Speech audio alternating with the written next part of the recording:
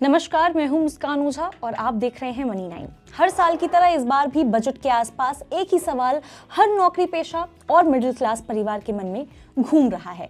इस बार टैक्स में कुछ राहत मिलेगी या नहीं मिलेगी, क्या कुछ खास होने वाला है। देखिए, घर का जो खर्च है वो बढ़ रहा है, बच्चों की पढ़ाई महंगी हो रही है, मेडिकल बिल्स जो है वो अलग अलग सिरदर्द यहाँ पे बने हुए हैं और ऊपर से हर महीने सैलरी का बहुत ही बड़ा हिस्सा टैक्स में चला जाता है। ऐसे में बजट सिर्फ सरकार का हिसाब किताब वाला दिन नहीं होता, बल्कि आम आदमी की उम्मीदों वाला दिन भी बन जाता है।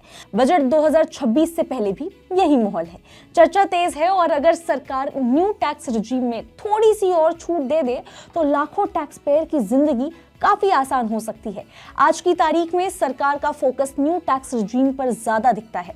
वजह साफ है, कम यहाँ पे स्लैब्स है, सिंपल स्ट्रक्चर है और कम पेपर वर्क है।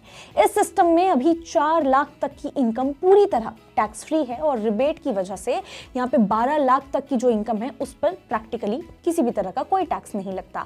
सैलरी वालों को इसमें 75,000 तक का स्टैंडर्ड डिडक्शन मिलता है और अगर कंपनी एनपीएस में यहाँ पे कंट्रीब्यूट करती है, योगदान देती है, तो सेक्शन 80 सीसीडी सबसेक्शन 2 के तहत सैलरी का 14% तक यहाँ पे एक्स्ट्रा बेनिफिट मिल जाता है। अब सुनने में देखिए ये बहुत ही अच्छा लग रहा है, बहुत ही सिंपल लग रहा है, लेकिन प्रॉब्लम ये है कि न्यू टैक्स रिजीम में वो डिडक्शंस नहीं मिलते जिनके सहारे लोग सालों से टैक्स बचाते आ रहे हैं।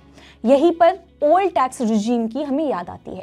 देखिए, पुराने सिस्टम में eighty C, EPF, PPF, home loan interest, eighty D medical insurance, eighty E education loan पर कई तरह के ऑप्शंस मिलते थे। लोग प्लानिंग करके अपनी टैक्सेबल जो इनकम है वो काफी हद तक कम कर लेते थे, लेकिन ड्रॉबैक ये है कि स्लैब ज्यादा है और सिस्टम थोड़ा कॉम्प्लिकेटेड भी था।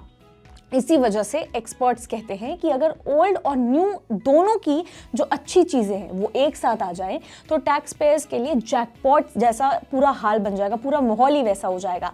अब जरा सबसे बड़ा सवाल जो हम सबके मन में रहता है, जिसकी चर्चा हर टैक्स एक्सपर्ट कर रहा है इस वक्त, हर न्यूज चैनल पे इसी चीज की बात हो रही है, क्या ऐसा हो सकता है कि 20 लाख कमाने वाला भी आदमी जो है वो टैक्स ना दे? मतलब कि 20 लाख कमाने पर भी आपको कोई भी तरह का, किसी भी तरह का कोई टैक्स ना देना पड़े। एक्सपर्ट्स का कहना है अगर सरकार न्यू टैक्स रिजीम में सिर्फ 5 बड़े डिडक्शंस जोड़ दे तो ये सपना हकीकत बन सकता है। सबसे पहले बात सेक्शन 80 सीसीडी सबसेक्शन 1B की करते हैं। यह है एनपीएस में एक्स्ट्रा निवेश, एक्स्ट्रा इन्वेस्टमेंट पर 50,000 की छूट देता है। अब देखिए, अभी ये जो बेनिफिट है वो सिर्फ ओल्ड रिजीम में मिलता है। अगर इसे आप न्यू रिजीम में भी अलाउ कर देते हैं, यानी कि अगर ऐसा होता है, अलाउ कर दिया जाता है, तो रिटायरमेंट प्लानिंग के साथ साथ टैक्स सेविंग भी हो जाएगी। दूसरा बड़ा डिडक्शन है एटीडी का, सेक्शन एटीडी का। देखिए, यानी कि मेडिकल इंश्योरेंस। आज के समय में हेल्थ इंश्योरेंस कोई लग्जरी नहीं है बल्कि मजबूरी है, ये जरूरी है कि आप ले ये चीजें।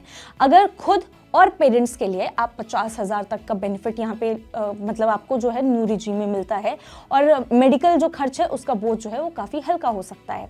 तो ये है कि ये चीज़ें पुराने आपके उसमें रहती थी, अगर नए रिजीम में ये चीज़ इंक्लूड कर दी जाए तो काफ़ी बेटर हो सकता है। तीसरा है ईपीएफ कंट्रीब्यूशन।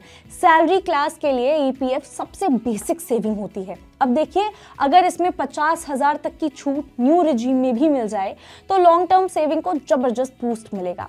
चौथा और सबसे इमोशनल टॉपिक है होम लोन इंटरेस्ट। देखिए, घर एक हमारा आशियाना, सबका ही इंटरेस्ट होता है, सब चाहते हैं कि उनका अपना एक घर रहे, एक अपना आशियाना रहे उनका, जहाँ पे वो अपने घर के साथ, परिवार के साथ आराम से रह सकें। अपना घर हर मिडिल क्लास का सपना होता है। अगर 2 लाख तक का होम लोन जो है इंटरेस्ट वो डिडक्शन न्यू रिजीम में यहाँ पे अलाउ हो जाए तो रियल एस्टेट और हाउसिंग सेक्टर जो है दोनों को यहाँ पे बहुत बड़ा सहारा मिल सकता है। और इसके साथ जो पहले से ही न्यू रिजीम में मौजूद है, 75,000 का स्टैंडर्ड डिडक्शन और एम्प्लॉयर का एनपीएस कंट्रीब्यूशन यानी कि 80 सीसीडी सबसेक्शन 2, करीब 1.4 लाख तक। अगर इन सब चीज़ों को अगर हम जोड़ देते हैं तो टोटल डिडक्शन यहाँ पे कितना बैठता है? करीब 5.6 लाख का, और हम यहाँ पे अच्छा खासा 5.6 लाख तक पहुँच जाते हैं। अब ज़रा सिंपल कैलकुलेशन आपको यहाँ पे समझना है। मान लीजिए आपकी जो एनुअल सैलरी है वो होती है 20 लाख। अगर 5.6 लाख की डिडक्शन मिल जाती है तो आपकी टैक्सेबल इनकम घट करके कितनी हो गई? 14.35 लाख। यानी कि इतनी आपकी रह जाती है। अगर स्लैब और रिबेट में थोड़ा और एडजस्टमेंट हो जाए तो टैक्स लायबिलिटी या तो पूरी तरह खत्म हो सकती है या फिर थोड़ा बहुत वहां पे कम भी हो सकती है। यही वजह है कि बजट 2026 से पहले इस मुद्दे पर इतनी चर्चा हो रही है। एक्सपर्ट्स मानते हैं कि सरकार शायद बहुत बड़ा बदलाव एक साथ ना करे, लेकिन स्मॉल ट्वर्क्स जो हैं और इसकी जो उम्मीदें हैं वो ज़रूर है।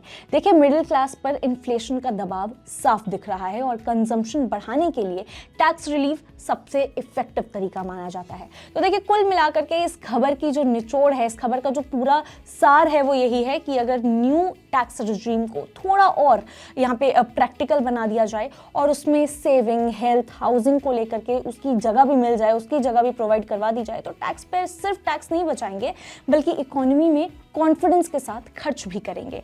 अब देखना यह है बजट 2026 में सरकार मिडिल क्लास की इस उम्मीदों को कितना समझती है और कितना डिलीवर कर पाती है। बाकी आप इस बारे में क्या सोचते हैं, क्या कुछ हैं आपके थॉट्स, आप हमें कमेंट करके जरूर बता सकते हैं।